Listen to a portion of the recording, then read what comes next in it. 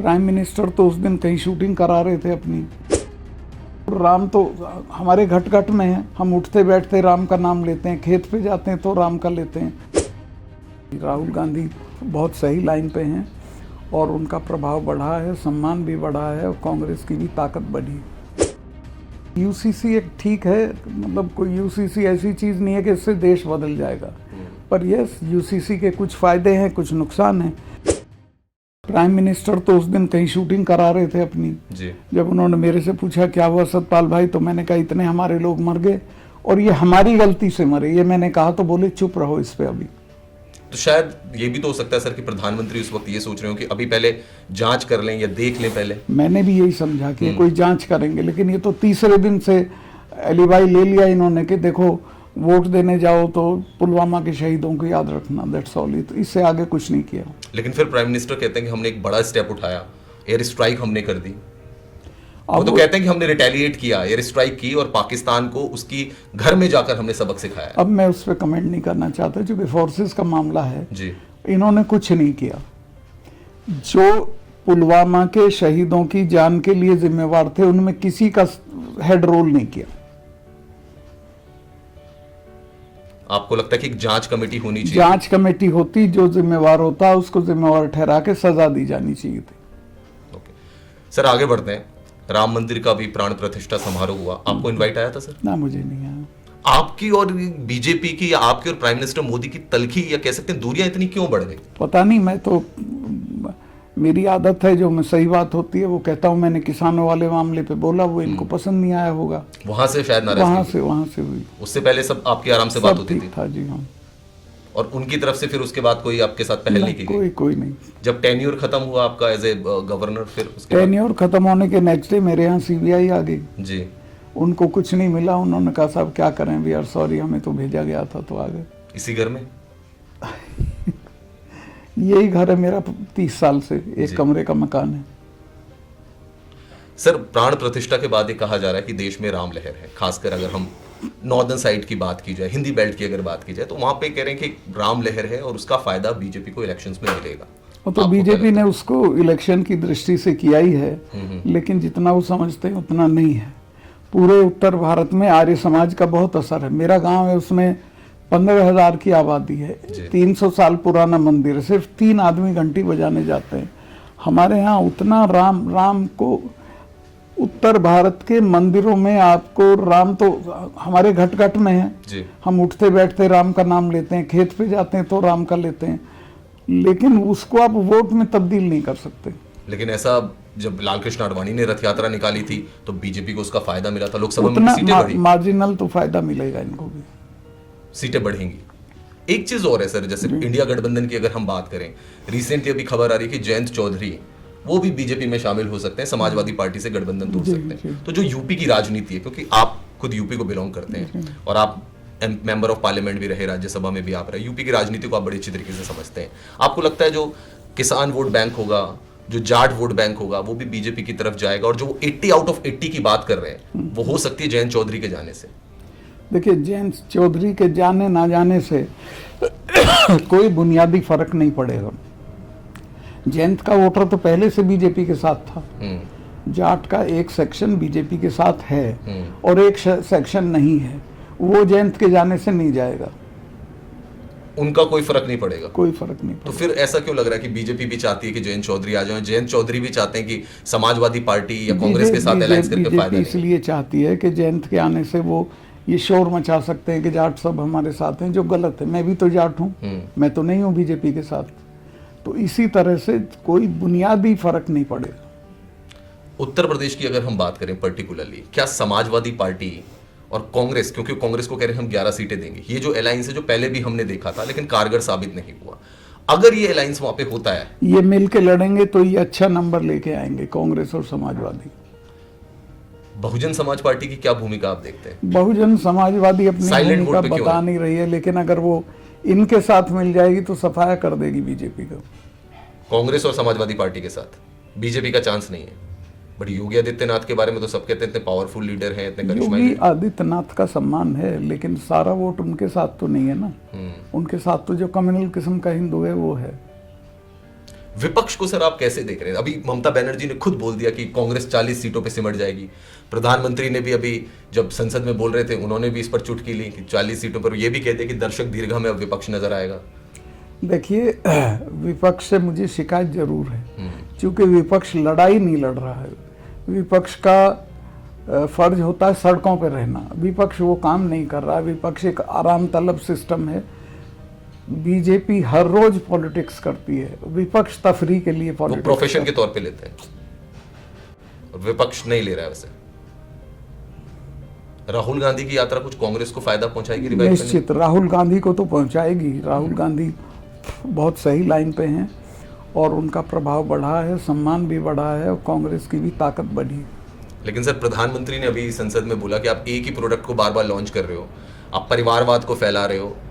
हमारे अंदर उन्होंने एग्जाम्पल भी दिया कि राजनाथ सिंह भी यहाँ पर है, अमित शाह भी यहाँ पर है, लेकिन उनके बेटे पार्टी नहीं चला रहे हैं। यहाँ तो डायनेस्टी वाइज पार्टी चल रही है। खैर, मैं तो उनके किसी कमेंट पे कमेंट नहीं करना चाहता। जो बोले भाई मालिक हैं, झूठ को सच कर देंगे, सच को झूठ कर देंगे।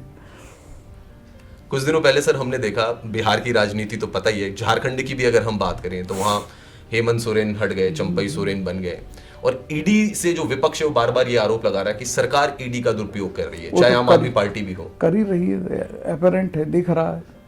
पर सरकार कहती है कि भ्रष्टाचार के मामले तो क्या हम जांच ना करें? अपनों की कर लो ना, अपनों की भी कर लो, 2-4 की, तो लोग समझेंगे सही है। तुम्हारे यहाँ नहीं है भ्रष्ट? जो भ्रष्ट होता है उसका ये शोर मचा के कहते हैं कि भ्रष्ट है।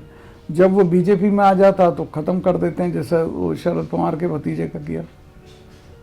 अजीत पवार की बात हाँ, प्रधानमंत्री ने 2 दिन पहले ही कहा था कि इतने हजार का करोड़ का घपला है, और तीसरे दिन वो बुलाया और डिप्टी चीफ मिनिस्टर बना दिया। तो ये सब बेकार की बातें हैं। अच्छा सर, JNK की भी बात करते हैं, क्योंकि आप वहां के गवर्नर रहे और वो एक ऐतिहासिक पल था, क्योंकि 370 भी वहां से हटाई गई। उसके बाद के राजनीतिक हालात को आप कैसे देखते हैं अब JNK में? देखिए, JNK में जब 370 हटाई, वो तो मेरी दस्तखत से हटी थी जी। तो हमने प्रॉमिस किया था कि हम डेवलपमेंट करेंगे आपका। वहाँ ये कुछ नहीं कर रहे हैं, कोई डेवलपमेंट नहीं है, कोई लोगों में आशा नहीं है और एक निराशा का माहौल है। पर वहाँ G20 के नेता भी गए तो वो तो टूरिज्म है, किसी को करा दें आप। लेकिन सरकार कह रही है कि हमने मुख्य धारा से जोड़ा है 370 को, और आतंकवाद, अभी प्रधानमंत्री का भी स्टेटमेंट है कि आतंकवाद और नक्सलवाद जो है वो एक कॉर्नर में सिमट कर रह गया। आतंकवाद कहाँ, रोज आदमी मर रहा है। आपके ये जो एरिया है, पुंछ हो गया, पुंछ हुआ, राजौरी हो गया, फिर ऊपर का जो एरिया है उस सब में रोज आदमी मरता है। और 2 लोग तो कल ही या परसों ही मरे हैं जो उत्तर भारत के रहने वाले थे। आपके दौर में क्या चेंजेस आप लेकर आए और उसके बाद हालात क्या खराब हुए या सामान्य हुए? देखिए, मैंने वहाँ एक ही चीज की, मैंने वहाँ के लोगों को ये एश्योर किया कि तुम्हारा ही राज है, लेकिन लड़ने से कुछ नहीं मिलेगा, बातचीत से तुम्हें सब कुछ मिल जाएगा। मैंने समझाया तुम्हारे 250 लड़के हैं, भारत की दूसरे नंबर की फौजें इन्हें 1 महीने में खत्म कर देगी, लेकिन बातचीत से तुम्हें सब कुछ। तो उनकी समझ में आ गया था और एक सेंस ऑफ फैटीग उनमें आ गई थी कि उन्होंने 370 रटने पे चिड़िया भी नहीं बोली, जबकि कहते थे खून की नदियां बह जाएंगी, ये हो जाएगा, वो हो जाएगा, कुछ नहीं हुआ। सर, देश में एक बहुत बड़ा मुद्दा इस वक्त छाया हुआ है और वो है UCC को लेकर, यूनिफॉर्म सिविल कोड, और उत्तराखंड पहला ऐसा राज्य बन गया जिसने UCC को अप्लाई भी कर दिया, मतलब पास हो गया। इसके बारे में आपके क्या ख्याल आते हैं? नहीं, UCC एक ठीक है, मतलब कोई UCC ऐसी चीज नहीं है कि इससे देश बदल जाएगा, पर यस, UCC के कुछ फायदे हैं, कुछ नुकसान हैं, पर जिनको उससे तकलीफ है उनके आपको शको शुबे रिमूव करने पड़ेंगे। नहीं, मुस्लिम समुदाय तो पहले भी उसके खिलाफ था कि ये चीज़ें हम पे इम्प्लीमेंट नहीं हो सकती, हमारा अपना पर्सनल लॉ बोर्ड है। उत्तराखंड में भी वो यही सब बात कर रहे हैं। लेकिन अगर हम संविधान को भी देखें तो आर्टिकल 44 बताता है DPSP में कि UCC होना चाहिए। तो उनकी जो विचारधारा है, और सरकार हमेशा ये बोलती है कि एक देश एक कानून। ठीक है, आप एग्री करते हैं UCC? मैं एग्री करता हूँ। और पूरे देश में होना चाहिए क्या UCC? पूरे देश में होना चाहिए, क्योंकि और राज्य भी अब कह रहे हैं कि हम भी इसको अप्लाई कर सकते हैं। होना चाहिए। UCC से आपको कोई तकलीफ? मुझे कोई तकलीफ नहीं। एक और आंदोलन राम मंदिर के बाद हम देख रहे हैं, ज्ञान वापी का ले लीजिए, शाही ईदगाह की बात ले लीजिए, इनको लेकर अब योगी आदित्यनाथ ने भी कह दिया है कि भाई राम मंदिर हो गया, 2 और जगह हैं, वहां पे भी हमें निर्माण कार्य करना है।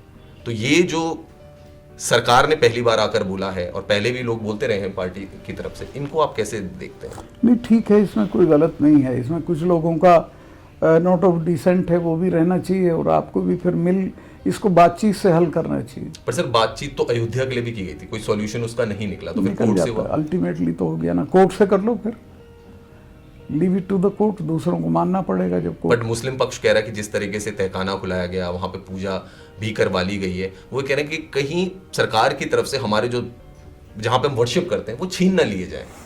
नहीं, डर है, मतलब उनका डर है, वो जायज है, उसको दूर करना चाहिए, वो बातचीत से दूर होगा। सरकार को उन पहल करनी चाहिए, उनसे बातचीत करनी चाहिए, जी हाँ। लेकिन जो हिंदू पक्ष की बात कर लें या जो भी योगी आदित्यनाथ ने कहा, उसका आप समर्थन करते हैं कि होना चाहिए? नहीं, मैं उसका समर्थन करता हूँ कि ये 3 जगह जो हैं हिंदुओं की मान्य जगह हैं, इनको कोर्ट के जरिए या बातचीत के जरिए निपटा के हल करना चाहिए। अभी जिस तरीके से प्राण प्रतिष्ठा समारोह हुआ, आपने भी देखा होगा, ऑब्वियसली घर पे आपने देखा होगा, क्या आपको लगा प्राण प्रतिष्ठा में इतने सारे लोगों को बुलाया गया? उसको पॉलिटिसाइज किया, उसकी जो सैंक्टिटी थी वो खत्म कर दी इन्होंने। पर लोग ये कह रहे हैं कि जैसे पीएम गए तो उससे लोगों का कनेक्ट ज्यादा बढ़ा, अगर सिर्फ पुजारी कर देते तो शायद इतना कनेक्ट नहीं बढ़ता लोगों के बीच। पीएम को तो जाना ही नहीं चाहिए, वो पुजारियों की या धर्म गुरुओं की या धर्म को मानने वालों की चीज थी, उसमें पीएम को क्यों जाना चाहिए? वो ये कह रहे थे कि कनेक्ट उससे पब्लिक ज्यादा हुई। बेकार, वो तो पब्लिक तो जो टीवी पे तुम दिखाओगे वो भी कनेक्ट हो जाएगा, बट पीएम को उसमें नहीं पड़ना चाहिए। जैसे शंकराचार्य ने कहा कि मंदिर का निर्माण पूरा नहीं है, शंकराचार्य करेक्ट थे, और शंकराचार्यों की बात ना मान के हमने अपने सबसे बड़े धर्म गुरुओं का अपमान किया, जो गलत था। उनकी बात सुननी चाहिए थी, सुननी चाहिए थी। लेकिन अगर सरकार ने एक बार डिसाइड, या हम मंदिर ट्रस्ट की भी बात करें, उन्होंने डिसाइड किया कि 22 जनवरी की एक तारीख है जब प्राण प्रतिष्ठा होनी है, हो तो उन्हें बुलाओ ना, चारों शंकराचार्य को। इनको क्यों बुला रहे हो, दिल्ली वालों को? इन पे क्या सैंक्टिटी है, इनकी क्या पवित्रता है, उनको बुलाओ जो माने जाते हैं उस काम के लिए। सलाह मशवरा उनसे करना चाहिए था, उनसे ही पूजा पाठ कराना चाहिए था। लेकिन शायद ये भी हो सकता है ना कि मंदिर निर्माण की जहां तक बात है तो उसमें टाइम लग जाता बहुत।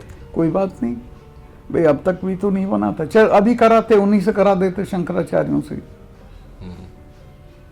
प्रधानमंत्री की जगह आप कह रहे हैं शंकराचार्य? एग्जैक्टली, प्रधानमंत्री का वहां कोई रोल नहीं है, उनको जबरदस्ती पॉलिटिकल कारण से बिठाया गया, इलेक्शन की वजह से बिठाया गया।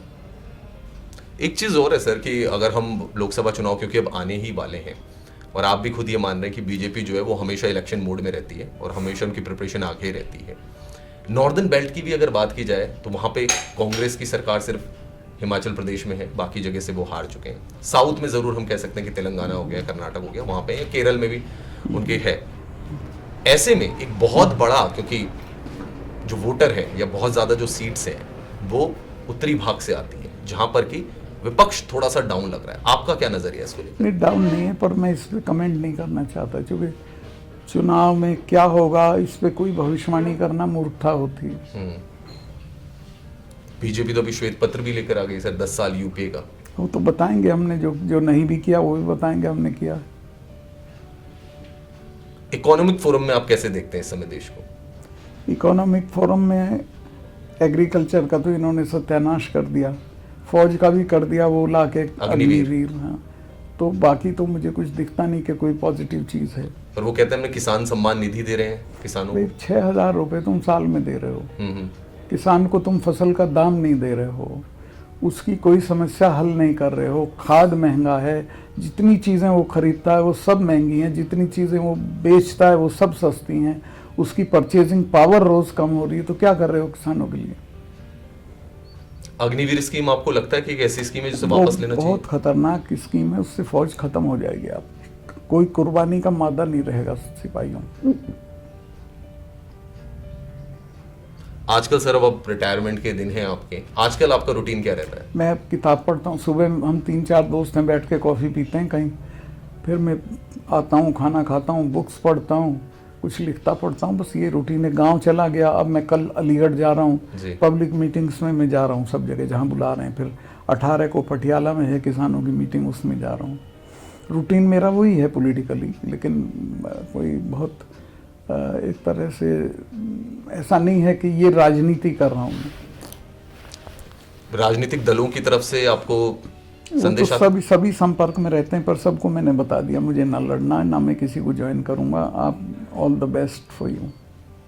बहुत सारे, क्योंकि सर बीजेपी में ये भी बात होती है, आपके लिए स्पेशली कहा जाता है कि जब तक आप राज्यपाल थे तब तक सब ठीक था, बीच में आपने जरूर स्टेटमेंट दिए किसानों को लेकर, आप प्रधानमंत्री से भी मैं मिले। जो भी बोला जी, उस वक्त बोला जब मैं गवर्नर था। मैं हटने के बाद नहीं कोई चीज़ बोला।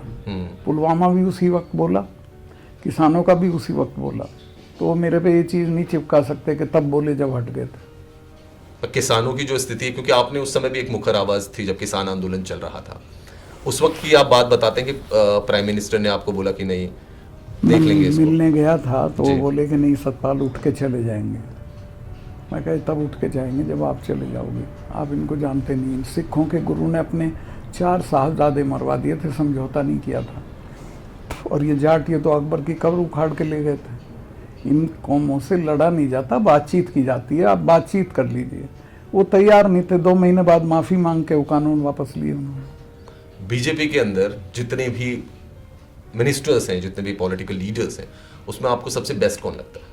मैं कोई किसी पे कमेंट नहीं कर रहा, सभी अच्छे हैं मेरे लिए, तो मैं कोई पर्सनल कमेंट नहीं करूँ। होम मिनिस्टर अमित शाह से आपकी कब बात हुई? मेरा अभी तो नहीं हुई, पर मैं उनका बहुत सम्मान करता हूँ। बहुत अच्छे हैं, बड़े कॉम्पिटेंट हैं और उनमें घटियापन नहीं है। फिर गडकरी हैं जो बहुत अच्छे हैं, अच्छा काम कर रहे हैं, ईमानदारी से काम कर रहे हैं। बहुत लोग हैं, ऐसा नहीं है बीजेपी में लोग नहीं हैं।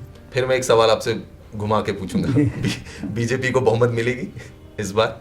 नहीं मिल सकती है, कोई नामुमकिन नहीं है, पर मैं कमेंट नहीं, मैं कैसे कह दूं किसको मिलेगी नहीं मिलेगी।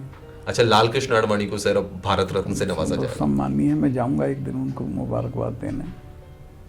उनके साथ आपकी कुछ यादें? बहुत अच्छा, बहुत मुझे पसंद करते थे, बहुत सपोर्ट करते थे जब मैं पार्टी में था। बहुत अच्छे आदमी हैं। अब आपने बीजेपी से बिल्कुल किनारा कर लिया? नहीं, मैं किसी भी पार्टी में नहीं हूँ, बीजेपी क्या दूसरियों में भी किसी में नहीं हूँ। नहीं, पहले तो आपने बीजेपी ज्वाइन की थी ना, वाइस प्रेसिडेंट भी रहे आप। अब नहीं, अब किनारा है।